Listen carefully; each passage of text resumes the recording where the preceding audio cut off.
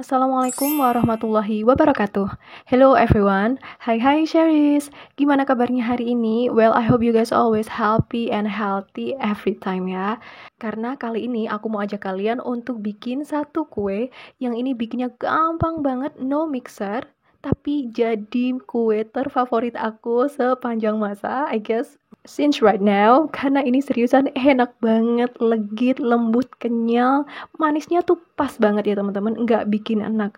Kalau kalian mau tahu gimana cara bikinnya, tonton video ini sampai selesai dan kita bikin sama-sama. Kita akan masukkan ke dalam saucepan atau panci, di sini gula pasir. Kemudian, karena di rumah aku ada sisa stok gula halus, jadi aku pakai aja. Kalau nggak ada, teman-teman boleh pakai full gula pasir. Di sini aku akan gunakan 3 jenis, yaitu gula pasir, gula halus, dan juga gula jawa atau gula merah. Nah, ini akan kita lelehkan sampai nanti caramelize ya teman-teman, berubah warnanya jadi brown. Nah, ini gunakan api kompor yang kecil aja supaya nggak cepet gosong, apalagi kalau saucepan teman-teman itu yang tipikalnya tipis.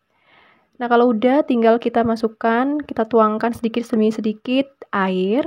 Ini pastikan api kompornya dimatikan dulu ya, supaya nanti nggak meletup-letup gitu. Kita biarkan dulu sampai gulanya nanti larut bersama dengan air, karena dalam kondisi ini teman-teman bisa perhatikan ya, gulanya itu jadi kayak itu loh permen gulali yang biasanya bisa dibentuk gitu teman-teman. Nah, ini biarkan aja sampai larut. Setelah itu kita hidupkan lagi api kompornya. Kita akan masak sampai nanti mendidih. Tapi di sini kita akan mulai masukkan gula jawanya ya teman-teman. Jadi yang kepingan seperti ini atau biasanya disebut gula merah. Kalau misalkan adanya gula palem, it's okay juga. Silahkan dimasukkan di sini.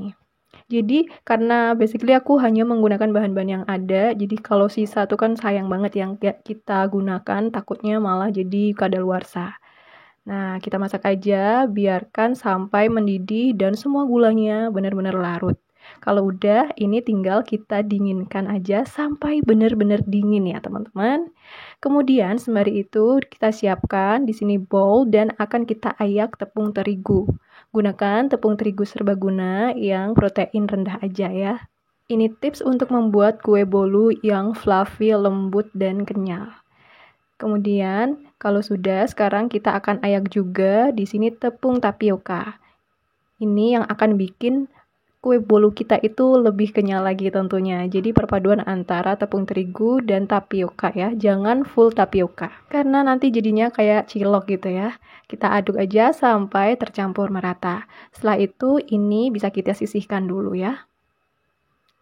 Next, di sini kita siapkan lagi bowl dan kita masukkan 4 butir telur utuh, maksudnya tanpa cangkang tentunya. Setelah itu kita kocok lepas aja menggunakan whisker. Pastikan telur ini terkocok dengan sempurna, supaya kue bolu gula jawa kita juga bisa mengembang sempurna. Nah, kalau udah, sekarang kita masukkan susu kental manis. Gunakan yang susu kental manis coklat ya, teman-teman. Kalau nggak ada, boleh pakai SKM yang vanilla. Well, kembali lagi, ini aku hanya gunakan yang ada di rumah ya. Tapi kalau misalkan aku punya stok susu kental manis yang rasa coklat semua, pasti aku gunain supaya nanti bolu gula jawa kita nanti warnanya bisa coklat pekat teman-teman. Dan rasanya juga beda ya antara SKM coklat dan yang vanilla.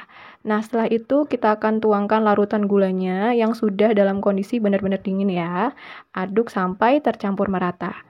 Kemudian masukkan campuran tepung tadi antara terigu dan juga tapiokanya. Jadi ini untuk bahan keringnya, tepung dan juga larutan gula itu kita selang-seling ya teman-teman, jangan langsung semuanya. Supaya nanti kita bisa pastikan bahwa konsistensi kekentalan dari larutan kita itu pas, nggak terlalu encer tapi juga nggak terlalu kental. Pokoknya lakukan secara bertahap aja ya, selang-seling. Campuran tepung dulu, aduk sampai rata, kemudian baru larutan gulanya, aduk kembali sampai rata, dan seterusnya sampai semua bahan kering dan juga larutan gulanya habis. Nah, kalau udah tercampur merata semua seperti ini, boleh teman-teman campur dengan mentega atau butter yang sudah dilelehkan dan kondisinya hangat kuku atau dingin. Setelah itu aduk kembali menggunakan whisker sampai benar-benar tercampur merata. Ini juga step yang penting banget ya teman-teman, supaya menghasilkan bolu gula jawa kita yang benar-benar legit. Nah, kalau udah, sekarang siapkan loyang. Ini aku karena di rumah adanya ukuran 16 dengan tinggi 7 cm. Itu nanti jadinya ada yang sisa ya, teman-teman. Aku gunakan loyang yang jadi, kalau mau pakai resep ini, teman-teman bisa siapkan loyang dengan ukuran 18 kali 7 cm. Olesi dengan Carlo atau campuran dari mentega, minyak goreng, dan juga tepung terigu dengan perbandingan 1:1:1. Setelah itu, tuangkan aja semua adonannya dan kita panggang di dalam oven yang sudah dipanaskan dulu sebelumnya ya teman-teman. Kita akan panggang selama kurang lebih 1,5 jam dengan suhu 200 derajat Celcius untuk 1 jam yang pertama, kemudian untuk 30 menit berikutnya kita gunakan suhu 180 derajat Celcius aja.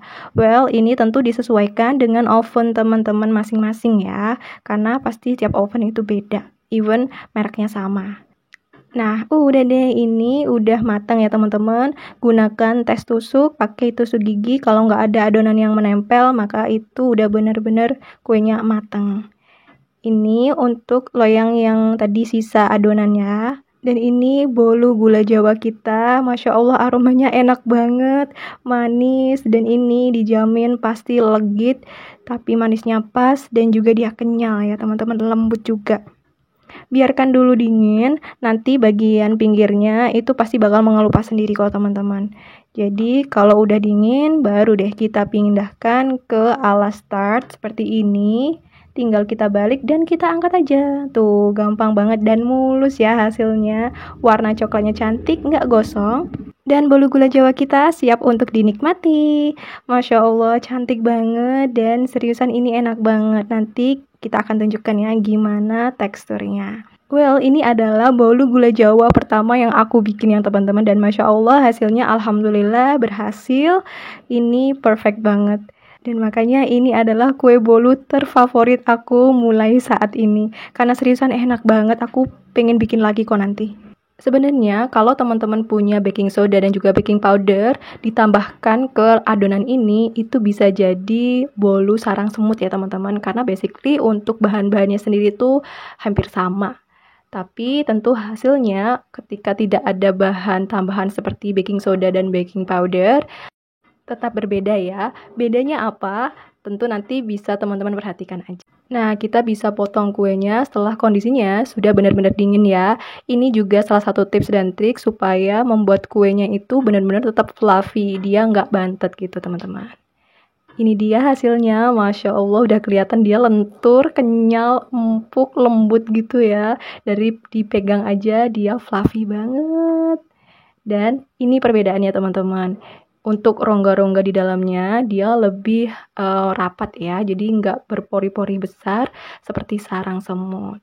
So ini dia hasilnya bolu gula Jawa kita. Selamat mencoba. Terima kasih banyak udah nonton video ini sampai habis. Semoga suka dan bisa menginspirasi teman-teman di rumah. Mohon maaf apabila ada salah-salah kata. See you on my next video. Wassalamualaikum warahmatullahi wabarakatuh.